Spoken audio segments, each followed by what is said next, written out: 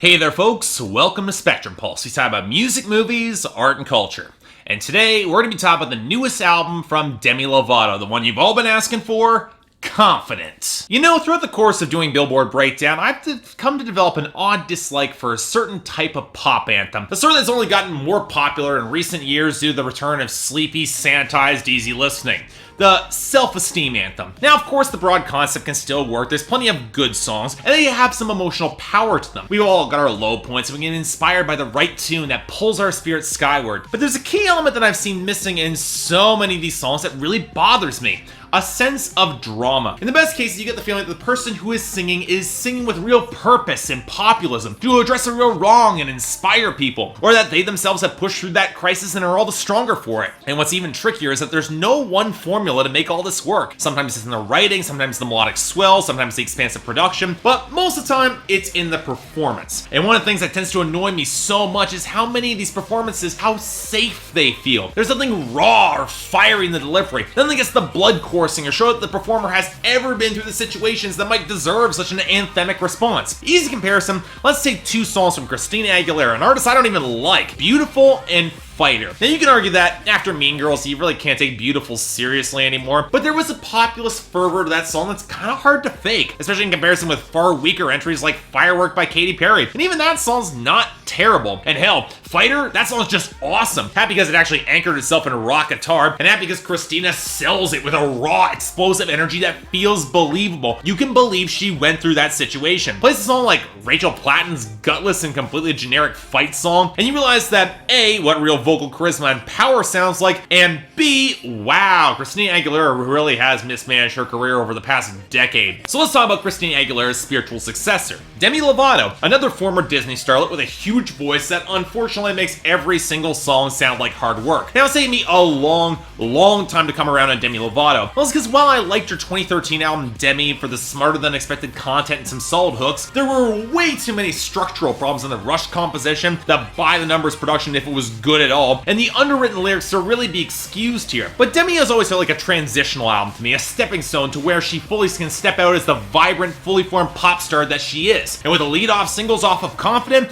I got the impression that Demi had not only grown as a more expressive vocalist, but picked up some more explosive pop rock edge instrumentation that's a natural fit for a vocal tone. And since a new Pink or Kesha album don't seem likely in the near future, I'd pray we get something of quality that fill that female-driven pop rock spot has been vacant in the Hot 100 for way too long. So, did Confident deliver? Well, to be completely honest, no, not quite. And you know, it's not always clear why, because whether it's Demi throwing everything she's got into her vocals for better or for worse, or the instrumentation and lyrics that don't nearly have as much unique personality as you'd hope, but Confident honestly fell a little bit flat for me. I'm not saying it's a bad album, but considering how strong her lead-off singles were, to find a record that has more interchangeable filler than it really should have felt like a real letdown. Again, it's not bad, but it's a far bit away from great, I gotta say. So okay, how did this happen? Well, the most important place to start is in the instrumentation and the production. Because if you went in expecting Demi Lovato was going towards more aggressive pop rock like her first two singles, well, prepare yourself for disappointment. For the most part, we get plenty of tinkling pianos touched by reverb and sweeping effects, then abundance of stuttering, trap-inspired beats, especially when we get songs with rap verses, pitch-shifted vocals, and an overwhelming sense that this record would be so much better if any of the melodies had the same groove or swell as Demi's voice. Once again, we got a classic example of percussion over melody, and it really hurts the sound, especially considering how brittle and lack of flow there is, which immediately strikes me as a misstep when you have such a huge, raw presence like Demi Lovato. And sure, she's one of the few pop vocalists working today who can ride those huge walls of choppy, buzzing synth and not get submerged or drowned out, but none of that flatters her. It does nothing to the melodies from these songs either. At best, you get tracks like Kingdom Come, which is a melodic progression that reminded me a fair bit of Mad World by Tears for Fears before that monstrous chorus, or Lionheart with the bells and rounded liquid guitar notes, but at worst you get songs like the cluttered mess like Wildfire, the choppiness of old ways. Neither song, I should add, that Demi Lovato actually wrote. So one of the reasons why the piano ballads that touch more on gospel like You and Father, or some of the more baroque pop songs are the more memorable tracks on this record. But even again, they can barely touch the brassy stomp of the title track and maybe the Muse-esque guitar groove on the bridge, or the sweeping roar of the gnarled guitars on Cool for the Summer. And frankly, considering how much raw, explosive personality these songs bring to the table, I'm stunned that Demi Lovato and her writers didn't go go more in this direction, especially considering it would have defined a more unique sound that could have immediately differentiated her from Taylor Swift or Lorde, or especially her most immediate rival, Selena Gomez. But of course, the big factor that immediately differentiates her anyway is her vocal presence. I've already made the Christina Aguilera comparison before, but this record does have songs where Demi's showing off more of a softer, more emotive range that just show more versatility to balance things out, including some vocal flourishes on Wildfire or Stone Cold that show more than a little influence of Lana Del Rey in her lower range, in other words her good range, or conversely Taylor Swift's reinterpretation of Lana Del Rey's tones on Wildest Dreams. Believe it or not, I think my biggest issues with Demi Lovato's delivery come with some of her belting. I'm not sure it's her vocal technique, but I find myself wishing it was a little bit more assured and soulful, had a little bit more emotive control, especially on the ballads instead of coming across as shrill and shouty as it can come across. Take the outro Stone Cold. Pretty damn good song, but for as cold as the situation is supposed to leave Demi Lovato feeling, her delivery really doesn't match that. Makes her come across as younger and less experienced than ever in comparison with her writing, and honestly, a lot less subtle. Talented and powerful to be sure, but not quite refined yet, and frankly, that's just not true at this point. Now this ties into the writing, arguably because I've got the least to say about it, because Demi Lovato really doesn't vary up her formula all that much. She's got her self-esteem anthems that got some nice nuggets of nuance, a selection of more straightforward love songs that honestly kind of run together in terms of their songwriting, and a few troubled relationship songs, although you can definitely argue that Waiting for You is targeted at a former friend rather than a former lover. And what I've tended to like about Demi Lovato's writing is gonna have some decent nuance in the details. The complicated emotions that come with wanting to be happy for an ex that's moved on Stone Cold, even more complicated situation of her late father on the titular track, where he divorced her mother and then suffered from mental illness before he died, leaving Demi with some justifiably mixed feelings. It's one of the reasons why For You really hit me the wrong way, describing an absolutely toxic relationship that Demi just stays in anyway for no adequately explained reason. With a force of personality like her that's so dominant, it makes no sense at all until you realize she didn't write that song either. But it's a song that's got everybody talking is cool for the summer. The one that had the implied lesbian hookup that has so many people questioning whether or not Demi Lovato is bisexual or just curious. For me, the song has so much over-the-top ridiculous melodrama that I'm inclined to give it a pass for sheer bombast like I did with Can't Remember to Forget You by Shakira and Rihanna. But I do see where some are making the I Kissed a Girl comparison, considering how capricious it is, even though with Demi, it sounds a lot more believable than Katy Perry. And on the topic of Katy Perry and tastelessness, let's talk about our two guest rappers, the first being Iggy Azalea, who despite some pretty decent connecting lyrics, after all she's got a good flow, he indulges in a pretty obnoxious vocal cadence that definitely does not flatter her more than usual. That said, I think Sarah's verse on Waiting for You was actually worse, because at least Iggy could stay on rhythm with the beat, something that Sarah really struggled to manage. Honestly, she doesn't do anything that Demi Lovato couldn't do herself. Now look,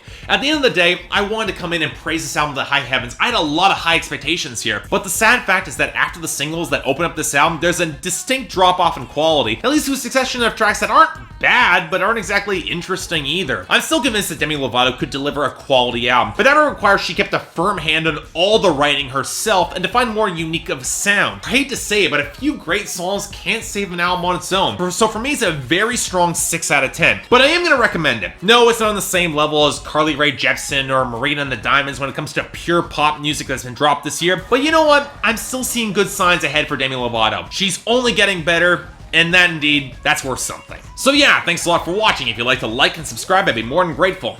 Now, as I've said in my past couple videos, I've got my first ever novels coming out titled To Kill Your Dragon from Warning Rain Publishing, dropping on October 24th, and I've got something special for you all, the cover. But until then, I'm Mark, you're watching Spectrum Pulse, and I'll see you next time.